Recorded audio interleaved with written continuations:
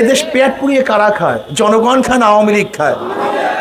এদেশে খুন খারাপ করার পরেও নির্বিচারে তারা রাস্তায় ঘুরে বেড়ায়, বিচার নাই, বিচার করার সাধ্য কারণ নাই, বুক ফুলিয়ে হাঁটে।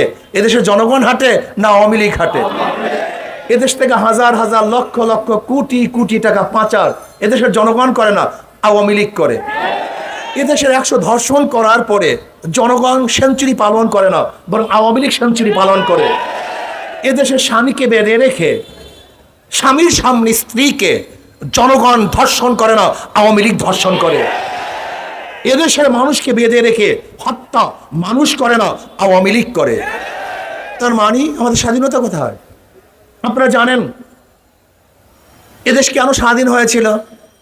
পাকিস্তানিরা ভোটের অধিকার দিতে পারে নাই বিধায়ী ভোটের অধিকারকে রক্ষা করার জন্য এদেশের মানুষ অস্ত্র ধারণ করেছিল, অস্ত্র নিয়ে ঝাঁপিয়ে পড়ছিল। আজকে আমি আওয়ামী লীগ সরকারকে বলি, পাকিস্তানের বিরুদ্ধে যেরকম মানুষ ভোটের অধিকারকে রক্ষা করার জন্য অস্ত্র ধারণ করেছিল, ঝাঁপিয়ে পড়ছিল, আজকে আপনি ভোটের অধিকার দিতে ব্যর্থ হয়েছেন, ভোটের অধিকার দিতে ব্যর্থ হয়েছেন। যেহেতু আপনিও ভোটের অধিকার দিতে ব্যর্থ হয়েছেন, এদেশের মানুষের যা কিছু আছে তা নিয়ে আপনার বিরুদ্ধে ঝাঁপিয়ে পড়বে, লড়াই করবে ইনশাআল্লাহ। সেই সময় আসতেছে। আজকে আমরা কি দেখেছি? উগ্রবাদী হিন্দুরা এদেশের সাম্প্রদায়িক সম্প্রীতি নষ্ট করার জন্য চক্রান্ত করতেছে। আমি মনে করি এটাও মুদি ম্যাজিকের একটা অংশ বিশেষ। মুদি ম্যাজিক কি দেখাতে চেয়েছিল? যে দেশের মুসলমানদের হত্যা করবে, মুসলমানরা তাদের বিরুদ্ধে ঝাঁপিয়ে পড়বে, ওরা নিজেরা মন্দিরের মধ্যে অগ্নিসংযোগ করবে, নাম দেবে মুসলমানদের, এখানে একটা সাম্প্রদায়িক দাঙ্গা সৃষ্টি করবে, ওরা ভোট কাটবে। কিন্তু আমরা খুব সচেতন আছি, আমরা মোদির ম্যাজিক বুঝে গিয়েছি এই হত্যাকাণ্ডের কারণটা কি। আমরা চুপচাপ দৃষ্টিভাবে সামনে অগ্রসর হচ্ছি। আমরা বিচার চাই। যেহেতু শেখ হাসিনা তো মোদির কাছে কমিটমেন্ট করে চলে আসছে যে আপনি থাকবেন প্রধানমন্ত্রী, আমি থাকবো মুখ্যমন্ত্রী, এই জন্য কথা বলতে পারে না।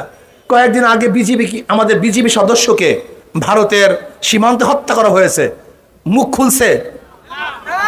আমাদের প্রাইম মিনিস্টার কি কথা বলছে? বলার সাধ্য তার নাই। সে তো গোলামি চুক্তি করে সেখান থেকে চলে এসেছে ক্ষমতার জন্য। কয়েকদিন আগেও আমাদের বর্ডারের মধ্যে আমাদের বাংলাদেশি মানুষকে হত্যা করা হয়েছে, বারবার হত্যা করা হয়, কিন্তু এদেশের প্রাইম মিনিস্টার, প্রশাসন তাদের বিরুদ্ধে অস্ত্র তাক করতে পারে না।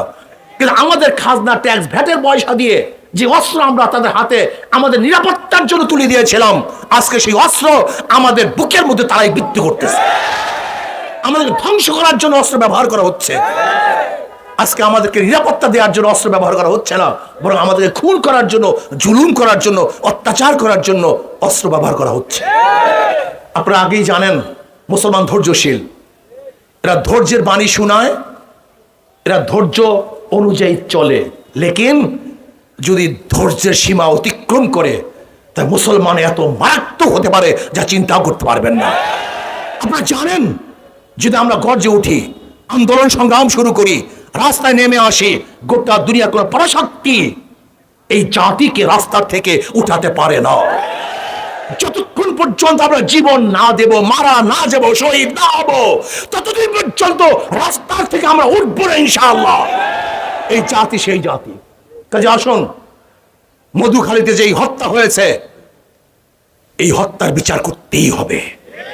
এই হত্যার বিচারের জন্য ইনশাআল্লাহ আমরা মাঠে আসি, থাকবো, যতদিন পর্যন্ত প্রত্যেকটা অবৈধ হত্যার বিচার না হবে ততদিন পর্যন্ত আন্দোলন সংগ্রাম চলতেই থাকবে, চলবে ইনশাআল্লাহ। কাজে আসুন আমরা সম্মিলিতভাবে এই হত্যার বিচারের জন্য চেষ্টা করব। আল্লাহ আমাকে এবং আমাদের সবাইকে তৌফিক দান করেন।